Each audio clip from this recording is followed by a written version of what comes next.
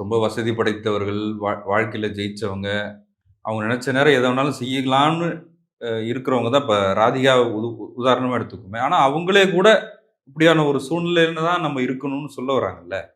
அப்ப அது எத உணர்த்துது? யாருமே வாழ்க்கையில நீங்க நினைக்கிற மாரி முழு வெற்றியெல்லாம் யாரும் அடையல சார். எல்லா வெற்றிக்கும் ஒரு விலை இருக்கு. எல்லாத்துக்கும் ஒரு விலை இருக்கு இந்த உலகத்துல. எதையோ ஒண்ணு இழந்து தான் ஒண்ணு அடைய முடியும். அப்போ அவங்கவங்க பர்சனல் லைஃப்ல அவங்க என்னென்ன காம்ப்ரமைஸ் பண்ணாங்க, பப்ளிக்கு ஏன் வந்து சொல்லணும்? கேட்கறதே அசிங்கம் இல்லையா? நம்ம கேட்கக்கூடாது. அது அப்படிதான் இருக்கும்னு நம்மளே புரிஞ்சுக்கணும்.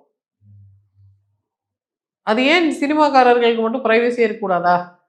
அவங்க நம்ம எல்லா கேள்விகளுக்கும் பதில் சொல்லணுமா? சினிமா செலிபிரிட்டியே கூட அப்படிதான் சார். என்ன கூட ஒரு மினி செலிபிரிட்டின்னு நினச்சு தேவையில்லாத கேள்வியெல்லாம் கேட்பாங்க. எனக்கே ஐயோ இதெல்லாம் நீ கேட்கலாம். எதுக்கு நீங்க உனக்கு எதுக்கு நான் பதில் சொல்லணும்னு எனக்கு நானே சொல்லிடுவேன். இதெல்லாம் பதில் சொல்ல முடியாதுன்னு நான் சொல்லிடுவேன். ஆனா அவங்களாலலாம் அப்படி சொல்ல முடியல. அவங்க ரொம்ப தர்ம சங்கடத்துல ஏதோ ஒண்ணு சொல்ல வேண்டியதா இருக்கு.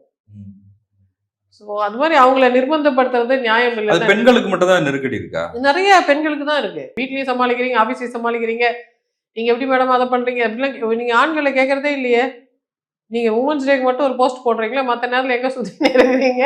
நீங்க குடும்பத்தையும், தொழிலையும் எப்படி சமாளிக்கிறீங்கன்னு கேட்டு பாருங்களேன். ஏன் நீங்க கேட்கறது இல்ல? ஏன் ஆண்கள் குழந்தைங்கள பார்த்துக்க வேண்டாமா? ஆண்களுக்கு வீடு இல்லையா? வீட பார்த்துக்கிறது அவங்களோட வேலை இல்லையா? பெண்களை மட்டும் எந்த துறையா இருந்தாலும் ஏன் எக்ஸ்ட்ரா கேள்விகள் எங்களை நோக்கி வருது? அதுக்கு நாங்க பதில் சொல்லணும்னு வேற நீங்க எதிர்பார்க்குறீங்களே! இல்ல ஒரு வீக்கர் செக்ஷன் அவங்க மேல ஹலோ நாங்க வர்றாங்க. தான் சார் ஸ்ட்ராங் செக்ஷனு. ம். எங்க மேல தான் எல்லாம் ஓடுது. நாங்க தான் இருக்கிறதுலே ஸ்ட்ராங்கஸ்ட் செக்ஷன்.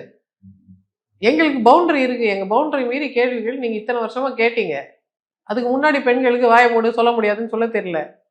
என் ஜெனரேஷன் நாங்க சொல்றோம். ஏய் இந்த கேள்வியெல்லாம் கேட்டா அவ்வளோதான் ஒண்ணு அப்படின்னு சொல்ற ஸ்டேட்டஸ்க்கு நாங்க வந்துட்டோம். அதே ஸ்டேட்டஸ்ல இருக்கிற எனக்கு எனக்கு கிடைக்கிற அந்த அதிகாரத்தை எல்லா பெண்களோடும் நான் பகிர்ந்துக்கிறேன். எல்லா பெண்களும் சொல்லலாம். இந்த கேள்வியெல்லாம் நீ கேட்கக்கூடாதுப்பா. உன் வேலை என்னவோ அதை மட்டும் பார். அந்த காலத்துல சொல்லுவாங்கல்ல, அவன் ஆம்பள 1000 பண்ணுவான். பொம்பள நீ எல்லாம் பேசலாமா? பெண்களும் 1000 பண்றாங்க. அது வெளியில தெரியாது.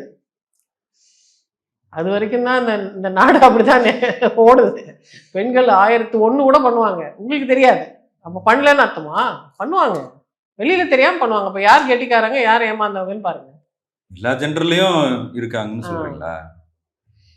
தப்பு செய்யறது பாலினத்துக்கும் அதுக்கும் சம்மந்தம் இல்லை சார். யார் வேணா தப்பு பண்ணுவாங்க. தப்பு பண்றதுக்கு வாய்ப்பு இருந்தாலும் பண்ணாம இருக்கிறாங்கல்ல, அதை தான் நம்ம கொண்டாடுறோம்.